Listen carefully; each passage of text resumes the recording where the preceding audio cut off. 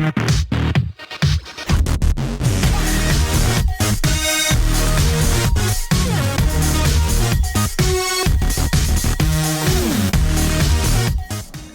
guys, I know I already did 2 videos today, but since like I said, I have a day where I don't have anything else really, we're going to talk about this anthem. So I learned a trick. I figured out a trick. I can't say that I taught it to myself. I had someone actually text it to me. So I anodized this Benchmade anthem. It was bronze, like all of them.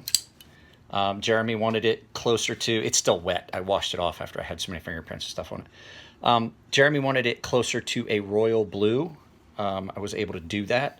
Let's see here. It lightens up when you get finger oils and stuff on it. I was able to get what he wanted as far as color, but I was having a hell of a time getting the knife back together. I did it once. I did it a couple times for practice to make sure that I was going to be able to do it and have a good, decent way to get it back together and things like that. But I'm going to show you the trick, but we will look at the anodizing I did on this. So, but please keep in mind, my hands are oily and greasy and it's touching. Anodizing is a crystal, so that you guys know, the anode coating is not a it's not a coating that you put on. It's actually just an oxide layer. It's a crystalline structure, and so it reflects like a prism. It reflects certain wavelengths. When you cover it, when you get oil on it, it changes its refractive ability. It's not like ceramic. It's not a coating. It's not something I'm adding to it. It's just a layer of oxide that I'm able to form by using electricity. But let's stop this, get it turned around, and I'll show you what I'm talking about as far as... So here was the trick. So, like I said, down in here, if you look at the new style of the axis lock, that is just a straight rod with a piece that rides up against that rod. Let's see, when we close it, you might be able to see it. See it right there? It sits up against this rod, and that's what keeps the tension on the spring. Well, the problem is you can't put it in as a unit, which would be great, or so I thought. That's where this comes in. So I had somebody text me, like, hey, I heard you talking about what a pain it is. I've had mine apart. If you take a thread and you run the thread through that little cam bar, down through the spring, and then put all those pieces on, then pull it back, the spring will actually tension, the thread will actually keep enough tension on that piece that you can pull it, you can line everything up, screw that all the way in, and then pull back on it with, you know, using a, I used a pin that came out of this Big Bear Hunter, just a little rod, and I pulled back on the string, and I got it, and then I could pull back on the thread. Once I get the thread pulled back, not hard enough to, you don't want to break it, I just jammed that the armature through real quick, and then once I got that through, I was able to pull the thread back out. Now I did have the thread break inside, but after you move it a couple times, you'll see the thread come out, and you just grab it with a pair of pliers. Then you can just put the blade on, and you don't have to worry, because these pieces inside of the axis lock are separate from the blade. So it actually, once you figure out how to get it apart and put it back together, it's not that difficult. It's just time consuming, and you got to pay attention to what you're doing. You want to make sure that these screws are tight. So that's the last step I have left, is I just want to make sure that I got these screws good and tight, because you can't if you tighten these screws all the way down, you're not going to be able to get it put back together.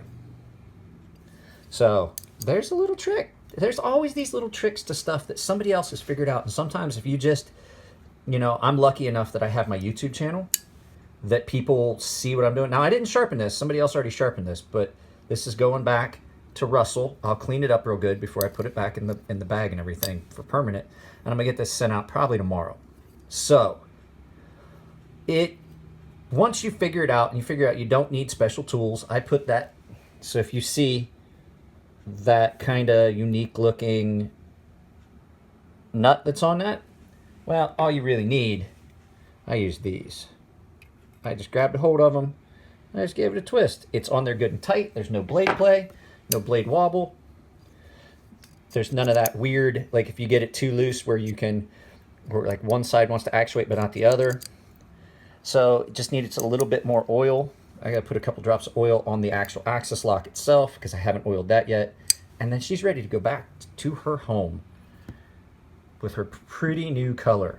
Now, I'm not saying I want to do these every week, but if you guys have an Anthem and you don't like just the basic bitch bronze, send it to me. Another nice thing about the gimbal, I can set it up and basically use it as an overhead camera. I had not thought of that. So I can actually attach this gimbal directly to my tripod, and then I can just rotate that up, and I'm not having to try and play with stuff. I think that's a better idea than what I've been doing. So yeah, but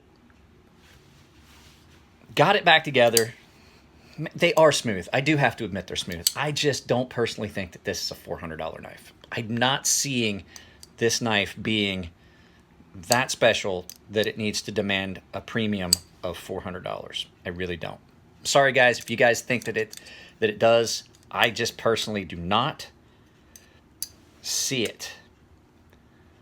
And I think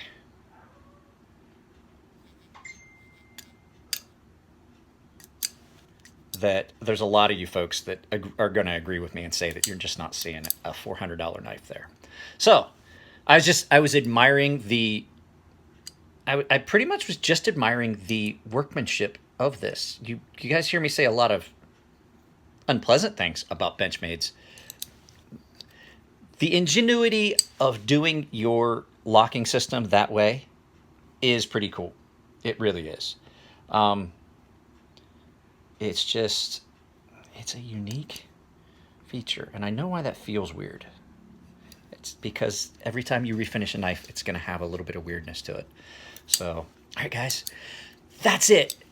Third video for the day. You guys take it easy. I'll see you next time.